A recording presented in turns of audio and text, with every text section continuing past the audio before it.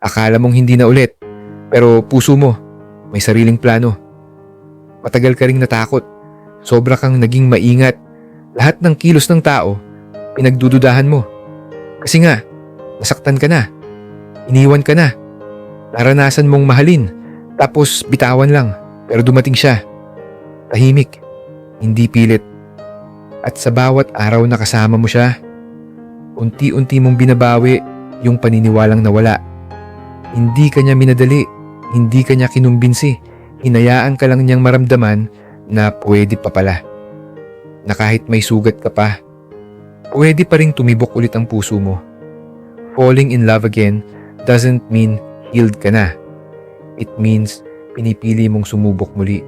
Kahit hindi sigurado, kahit may takot, kahit hindi mo pa kayang ibigay lahat. Pero willing ka ulit. Kasi may dumating na taong hindi ka pinilit mahalin agad. Pero tinuruan kang huwag matakot magmahal muli. Hindi lahat ng muli ay pagkakamali. Minsan, doon mo mararanasan ang tamang klase ng pagmamahal. Comment mo sa baba. Ikaw, kailan mo ulit hinayaang magmahal ang puso mong pagod na?